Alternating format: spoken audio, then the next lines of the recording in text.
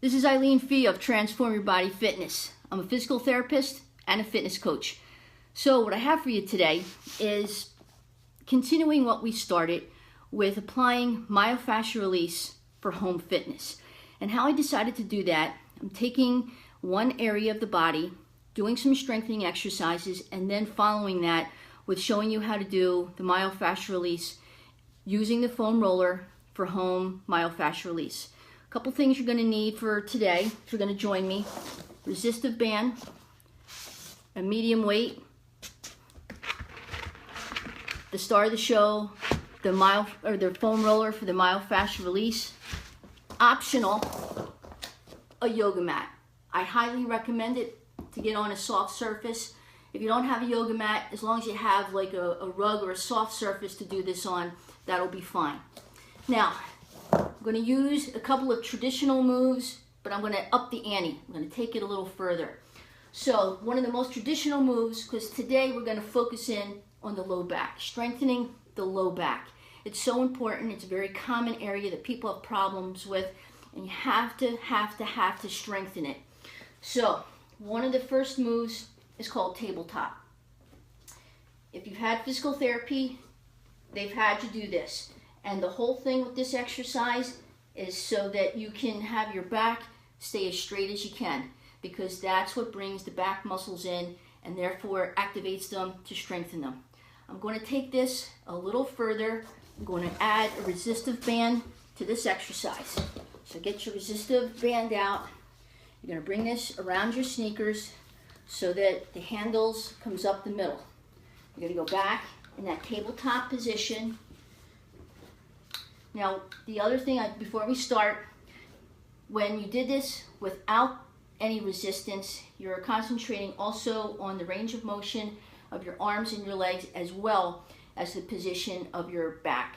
With this exercise, because you're adding resistance, the arms and the legs may not go as far, but the key still is to keep your back as straight as you can. That's our main purpose of this exercise. So again, we're going to go opposite hand, opposite leg. All right, and again, keep the back as flat and as straight as possible. The more you do this, the better you'll get the range of motion with the arms and legs, because I tell you, in addition to working the back, it does work your arms and legs. All right, let's come out of here.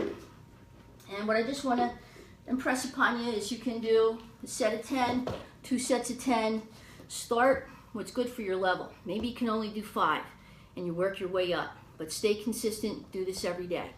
The next exercise to work and strengthen your low back are bridges. The traditional way of doing a bridge, your arms are like in a 45-degree angle, your feet are close to your butt, and they're flat. And you just raise your butt up.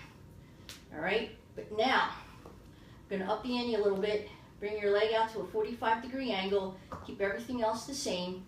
And you're lifting your butt up the same way that you would, all right? Again, you can do this about a set of 10. 2 sets of 10, start what's good for you, but be consistent when you do the exercises. But make sure you do both sides. All right, now, one of the things that you need to know, some people might accidentally bring their leg all the way up and push up. That brings more of the glute in. This exercise, I want to work more on keeping the back straight and working the muscles at the back. So you can do that better by bringing your leg at a 45-degree angle, okay? Now, to increase that exercise and take the ante, bring the ante up for the back strengtheners, get your medium-sized weight. You're going to put it at your waist, but you're going to stay in that bridging position, and you're lifting up. Now, just like with the tabletop, your range of motion may not be the same as it would be when you do the bridge without the resistance, but the point is that you're increasing the tension, you're increasing the stress on those back muscles. When I use the word stress, I don't mean it in a bad way. You need to increase resistance and increase stress in order to increase strength. So again, this is going to be different for everybody. Everybody's working at different levels and different injuries, but no matter if you name herniated disc, degenerative disc, spinal stenosis, sciatica, any back problem that you can name, everybody needs to be doing back strengthening exercises. So what I want to do is further this by doing what is known in physical therapy as prone extension. Prone extension is simply you're going like this, like half push-up. But what I'm going to further this is in yoga, they actually call it cobra, but this is going to be a little harder. Bring your hands up off the mat. And that gets you right at the low back. Again, it's harder, so you have to be able to do this. Some people, when they go to do this, they need a little bit of a break, so rest your head to one side. Go to do the next rep, and then you can rest your head on the other side. So that's okay. Take yourself, don't do more than you can. Take rests in between the reps as you need to. Do less reps in the beginning. Get the idea, but begin to think about increasing your exercises to increase the strength. The more you increase your strength, the healthier your back is going to become. One more exercise. Take your hands out front, and you're going to bring them out to the side, but when you're bringing them out to the side, you lift your back up. All right? It looks a little hard, but when you bring your hands to the side, it actually helps to lift your back up. Okay? All right. So, after doing that, depending on how many reps you decided to do with that, no doubt that your low back is going to feel it, as it should. That's what the exercises were designed to do. You want to increase the muscles back there, and that will protect the spine. It will take the pressure off the discs. Now you're going to grab your foam roller. You're going to put it, and you're going to do now your self-home fitness myofascial release. You're going to put the foam roller horizontally, position it so that when you lift yourself up, that it's at the low back, and you're going to lift up and kind of come down on it. You're going to lay there nice and gently. Doesn't look like much, but myofascial release, while this is not meant to take the place of anybody's hands, that's impossible.